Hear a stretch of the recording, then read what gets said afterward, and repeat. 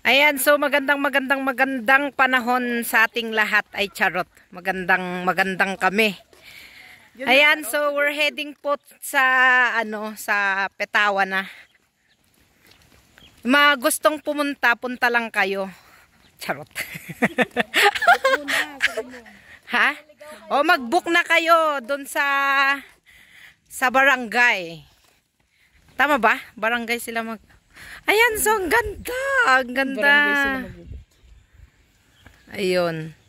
Sa amin sila magpapaschedule. O, magpa-schedule na daw po kayo sa mga Bayou Tour. tourist guide natin at saka doon sa page nila. Ayun. So, ang ganda. Salamat na po doon na.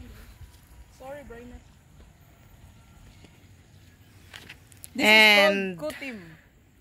Our tourist guide for today's video. Good morning, everyone. Welcome to Bay Bontoc Mountain Province. And now, we're doing the Kutim, in which we still a bit... Ayan, so pasensya na sa may palayan ha. Sa mga may palayan dito sa may anong tawag dito? Sa may pathway. Malapit sa Ando. After Ando. Pasensya na kayo. Ay, Brainet ata po. Target nila ang Kutim dito sa just along the way. Ayan sila. Mga co-teachers namin sa ASMES. And then students. Ayan po sila. Ayan, ang ganda ng camera. Ay, charot. Ang ganda. Ayan, so I just wonder kung anong oras kami makakarating ng Petawa na sa gantong Sa ganyang video. Ayan, so ang ganda. Ako na mag-ano dito. Ano? Kasi napapatagal tayo sa video mo. O tara na, wag mo lang tignan yung video. Yung daanan yung tignan mo. O, sige. Straight mo lang yung kamay mo. Oh, sure. Maganda tong tour guide natin.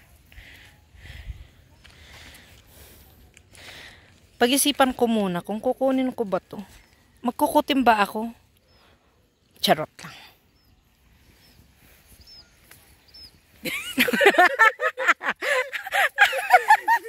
Nilayo mo pa yung camera. Joke lang yun, no? Huwag kang maingay. Ayan, so kung napapansin nyo, ay, may scarecrow doon, oh. Nag-iisa. Nag-iisa. Ay, dalawa sila yun.